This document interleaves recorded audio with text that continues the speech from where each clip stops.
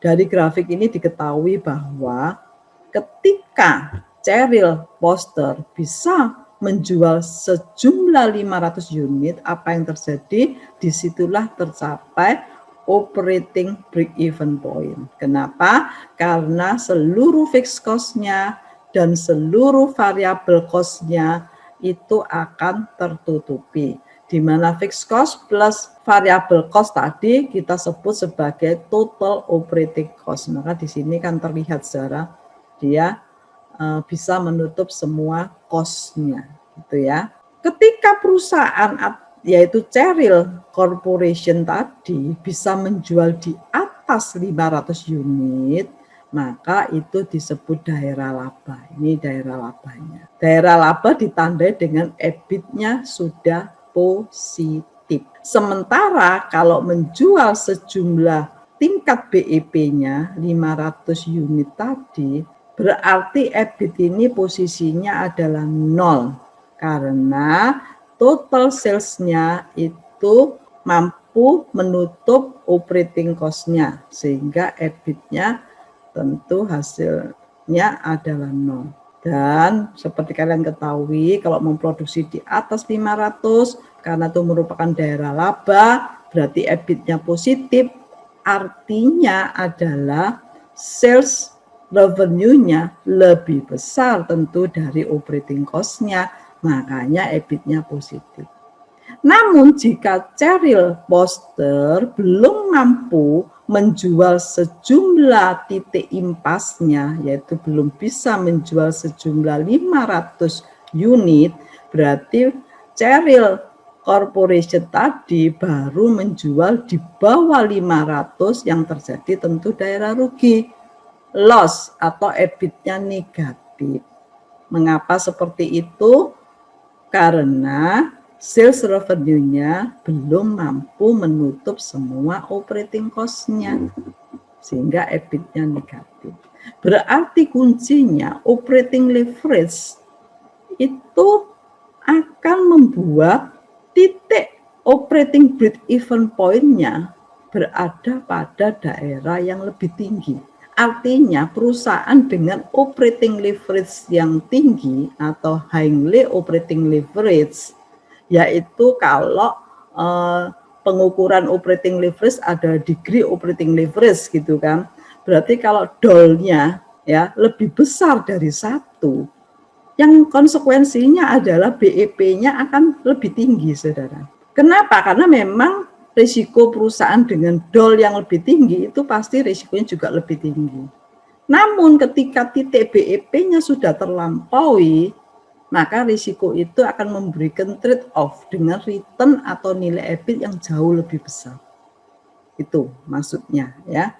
Jadi itu harus dipahami relationship antara operating leverage dengan break-even analysis. Perusahaan yang mempunyai operating leverage tinggi itu artinya perusahaan yang padat modal. Tadi ingat definisi leverage adalah bicara kontribusi fixed cost. Kalau operating leverage-nya semakin tinggi, berarti perusahaan tersebut lebih cenderung banyak menggunakan mesin, otomatisasi dalam proses produksi sehingga capital intensif. Oleh karena capital intensif dibutuhkan jumlah unit yang lebih banyak untuk menutup operating cost tadi. Tetapi begitu begitu break even point ini tercapai, daerah labanya itu akan menjadi lebih gemuk, saudara.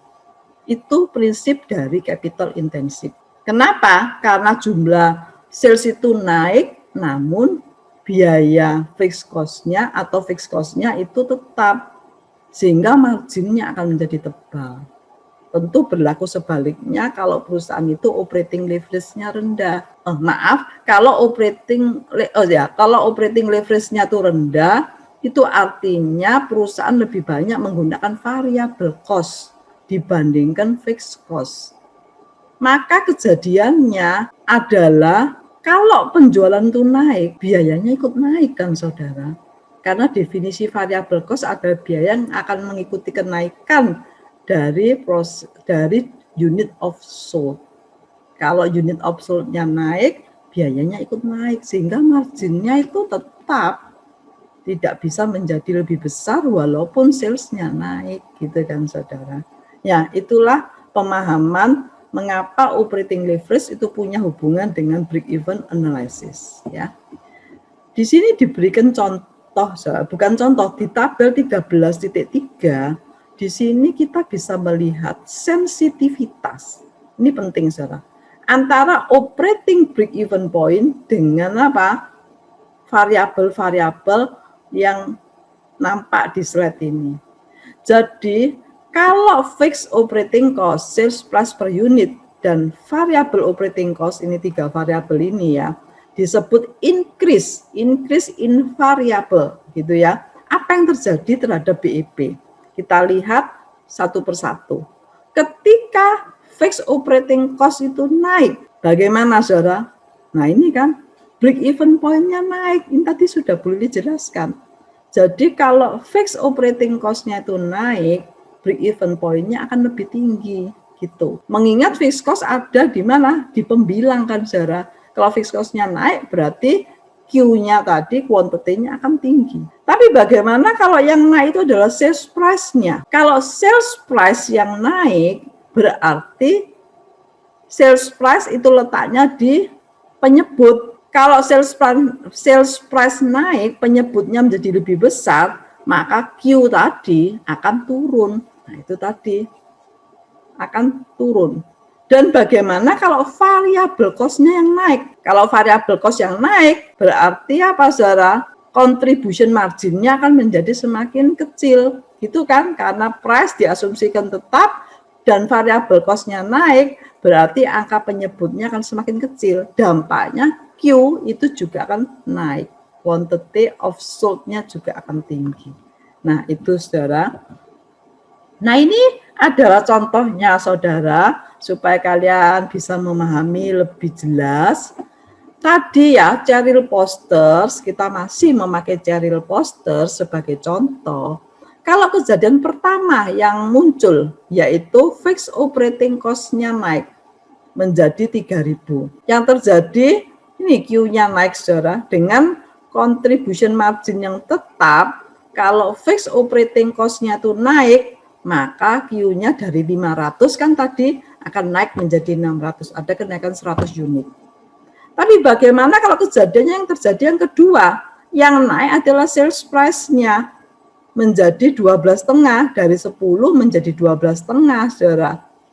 Kalau ini tadi fixed cost-nya dari 2.500 kan naik jadi 3.000. Kalau yang kedua, itu yang naik adalah sales price-nya 12,50 US dollar.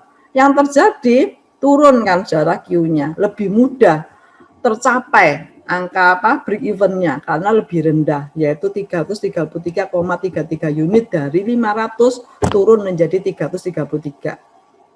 Kenapa? Karena kalau price-nya naik, contribution margin-nya akan menjadi semakin tinggi. Dan posisi ketiga, kalau yang naik adalah variable cost-nya, saudara. Variable cost-nya dari 5 US dollar itu naik menjadi 7,5 US dollar. Yang terjadi apa? Contribution margin-nya akan semakin kecil. Akibatnya Q-nya itu akan lebih tinggi lagi. Jadi diperlukan 1.000 unit, saudara, untuk bisa mencapai BEP-nya. Padahal tadi contoh yang pertama ada 500 unit sudah BEP. Dan yang terakhir ini adalah simulasi kalau ketiga-tiganya berubah secara bersamaan, ternyata BEP juga naik dari 500 unit menjadi 600 unit.